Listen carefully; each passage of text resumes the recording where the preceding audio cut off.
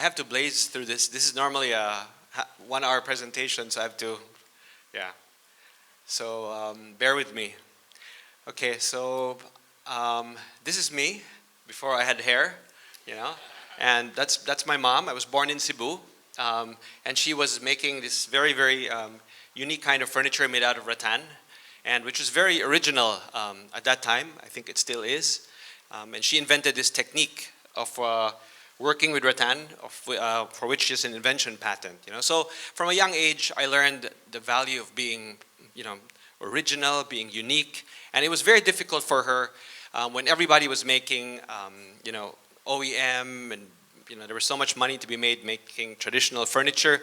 She, you know, ventured and she took a risk by creating her own brand. You know, so I went to. After my schooling, I came back to Cebu, and I based on the premise that the world doesn't really need another chair, you know. So what was I going to do? So I said I'd have to create something very unique, something very different, you know, in the world of design, and not only different here in the Philippines, but in the world. So this is my first design called Yin and Yang in 1998. You know, and it was a very basic. You know, very modern shape, and using natural materials. I tried to play with this aesthetic of transparency, you know, where you see through it. And I was on to something because it was perfect for the tropics, because when you sit on it, the air can pass through, it cools you. When you put it on a balcony, it doesn't block the view. It allows, you know, it allows the light to come through, and it's like nature. Then I began to be inspired by things around us, like baskets, and so this is my second design called Balu, made out of rattan, steel, and abaca. You know, and in my designs, you see, because you see through it, the interior had to be as beautiful as the exterior. There was no hiding. You know, everything that supported the chair was part of the design. It's not there for decoration. So this is the close-up of it. It's rattan that's bent at an angle to, you know, create strength. That it's tied down by abaca. Then I looked at. So this I'm going to show you really quickly inspiration and the furniture. So this is inspired by fish pens, fishing net, fish pens. This is a design of mine called the Amaya dining table, and these are paired now with the dimple chairs. And as you can see on the floor, it creates very, very beautiful patterns, very beautiful the shadows. There's much character in it as the pieces themselves. And then I went on to be inspired by the human body. This design called the Pickle is made out of hand-sculpted steel that's shaped, and as many as 3,000 knots are used to tie the abaca rope onto that frame. You know? And this is filmed in Phuket. You know. Okay, this is the Voyage Bed, because I believe that when you sleep, you take a voyage to a world of dreams and come back the next morning. You know, I have this bed to thank for, because without Brad Pitt sleeping on this bed, I probably wouldn't be speaking in front of you here today. You know, it takes always Hollywood to get you known in your own country. Okay, this is. And then I began to do something which is different, which was to put everything under my name, under my brand. You know, and this is the model that I still follow today. Back then, it was a very, very adventurous, very risky, and in fact, for about 2 or 3 years, because I insisted that companies who bought from me had to label it under my name and not theirs, they had to, you know, state proudly it's made in the Philippines. You know, I lost a lot of clients. You know, and so for about 3 years, the factory floors were empty. And soon I got a new, different set of clientele who normally didn't buy from the Philippines, you know, normally bought from Italy. They started to come and, you know, carry my furniture. So this is the model I follow today. So inspired by fishing nets. This is the drag net. This is design 2.0 for me, because, you know, 1.0 was always using natural materials, and now I was using things like cotton and fabric and things that are not traditionally used here in the industry. This is Cabaret, which I designed about 5 years ago. You know, it's like an oversized sweater, a knit that's blown up. So this is Cabaret on a patio. Then, okay, so inspiration comes from everywhere. Like a Coke can is the inspiration for the Lola, which made out of rattan.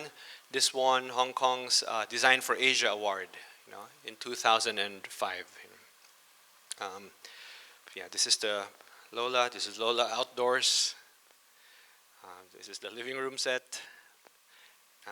So I'm inspired by everything from cathedral, church-like structures, the Hagya. And just to show you the work that goes into a piece, this is the Laluna Chair. I designed in 2001. So it starts off with a shell made out of rattan.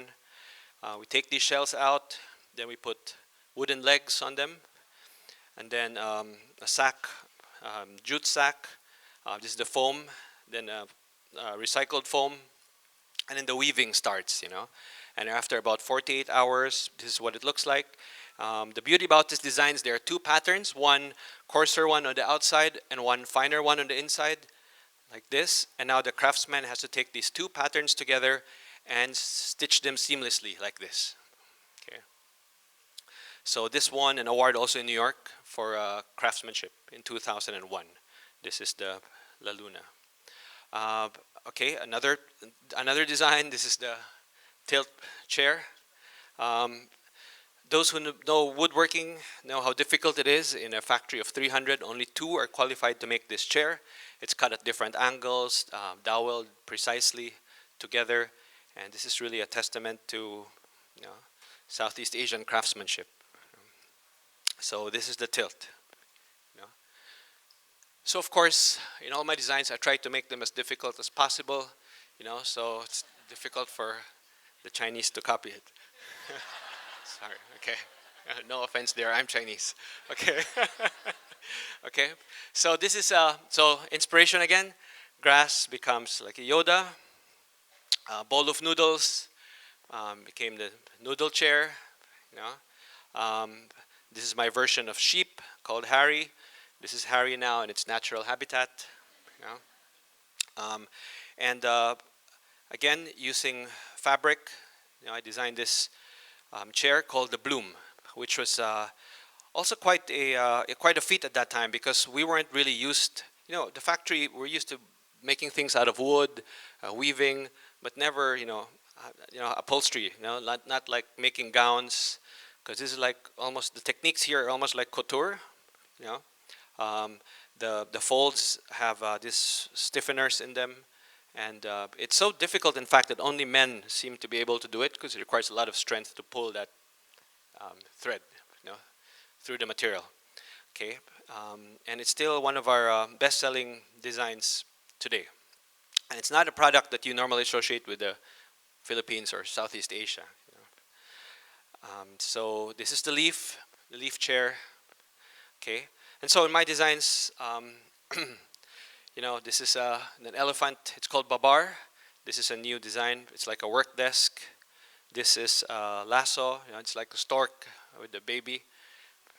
This is another design. With the dog there is the end table, and this is my homage to our peacock chair.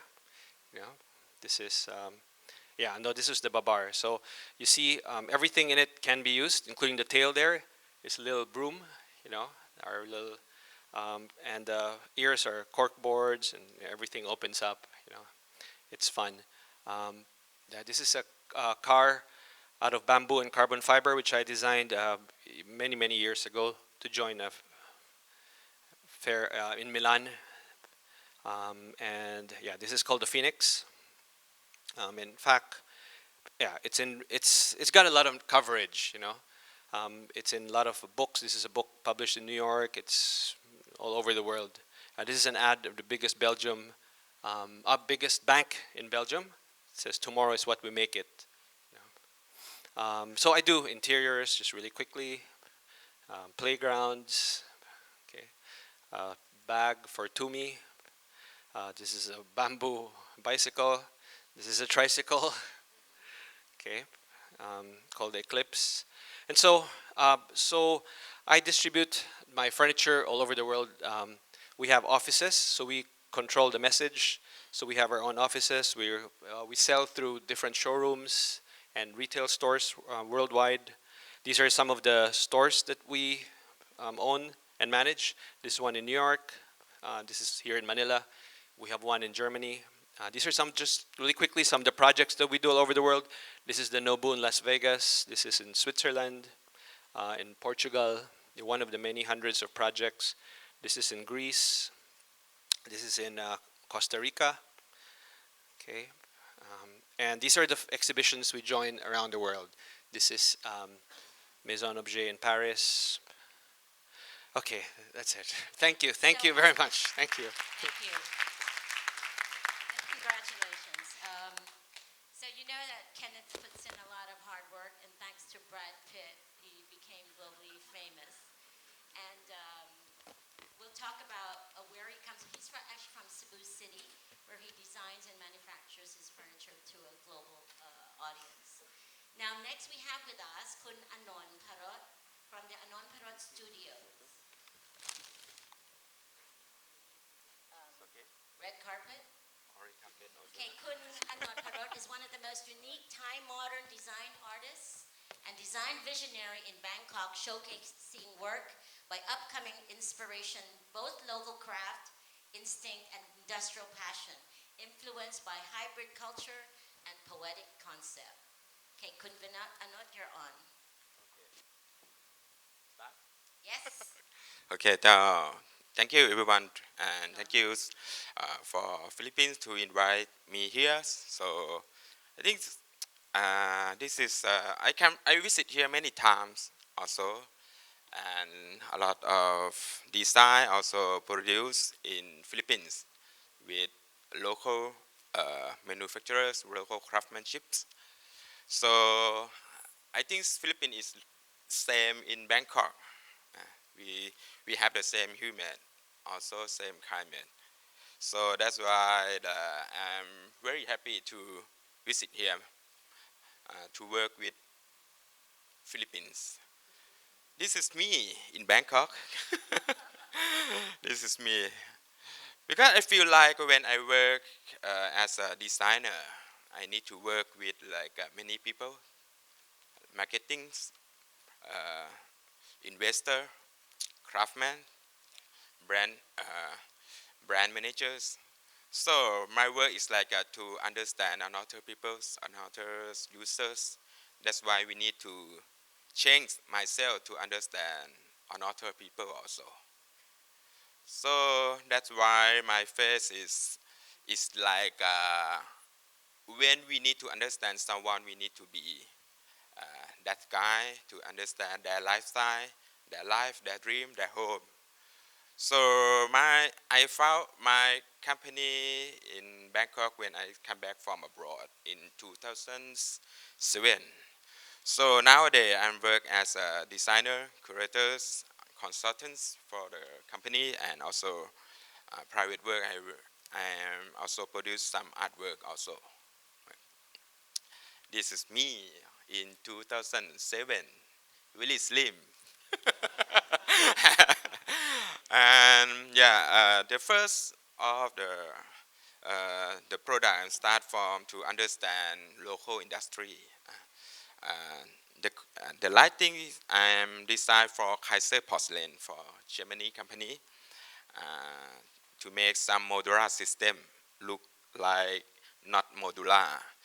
The main idea is like to make it like a less waste of the ceramic because almost 40% of the ceramic production is broken and is not the same size. So let's make like a variety of the size of the productions can fit on the modular. So I'm learn from the flowers system. And for the chair, I came back to Bangkok and work with the local aluminum casting company. Mostly they produce Buddha sculptures. So nowadays I think they don't have too much trend because every temple already have Buddha sculptures. So I let them to change something to produce something more contemporary lifestyle. So let's start to make a chair and more lightweight, and because aluminum they produce with a lot of defect. I don't know why they cannot make it clean or perfect. But I would like to change the perception of that. Maybe it's not the same size and different angle, different holes. Maybe it will be the new imperfection work, and it's less make they can produce mass productions because they can control something by their own technique and from the old style of the craftsman. So I keep it. So after that, I got for this work got many awards in abroad, also in Singapore. And so the idea start from the basic idea, like because they cannot make something like a European standard. So to understand craft works, I just make like a random pattern a lot. Yeah. So every piece look the same, but they have some modular to look like not the same to solve the problem about production line. Yeah. Okay. Boop. So after that, I start to work with Fendi to make the concept store in 2010, 2011. It's about uh, manual photos, make something from craft. So I work with the craftsmanship to make a bag from Salaria collection of the Fendi, because that collections, one craftsmanship make one bag, one by one. So uh, for the show, I make like a special collection for Fendi about Thai boxings, but use that technique to make another things live in the store. That means I need to stay in the Fendi store around 2 weeks.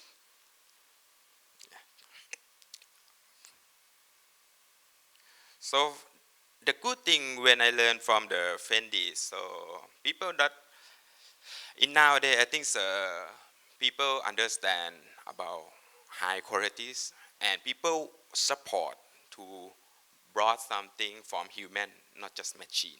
That is intangible value for product. In another year, I came back to work with, start to work with government, and one project I worked to help local people. They produce cassava. It's like a potato, but we planting a lot in Thai. We are number one to export cassava to the world, but the people's very poor because it's super cheap. So one thing what I want to do, I want to transform the raw materials. It's not important to export raw material anymore, so I start to make modules, and let's go to the farm to understand the materials. So this is cassava. It look like marijuana, but it's cassava. Yeah. Okay, that is the first understand. I think so. Okay, the system of the cycles. So normally they just make cassava and export raw materials. So I change the system to the compressions factory, compression molding. So we work with the material engineering to change the raw material to be like a powders, and after then we bake it like a food, and it's good one because they can produce for biodegradables and also strong enough to use with the plastic factory, because we have a lot of plastic factory. So we mix the ways of the two company to work together, and I also start to design some patterns like a modular system. The good one, because cassava also have some ingredient to make a glue. So it's like a glue by itself also. Just use water to combine each other. He's a mole. He's a farmer. So we never develop something like it with the local peoples because they think agriculture cannot support industrials like a new industrial design. So for me, I'm start to come back and research something like this with Thai governments also.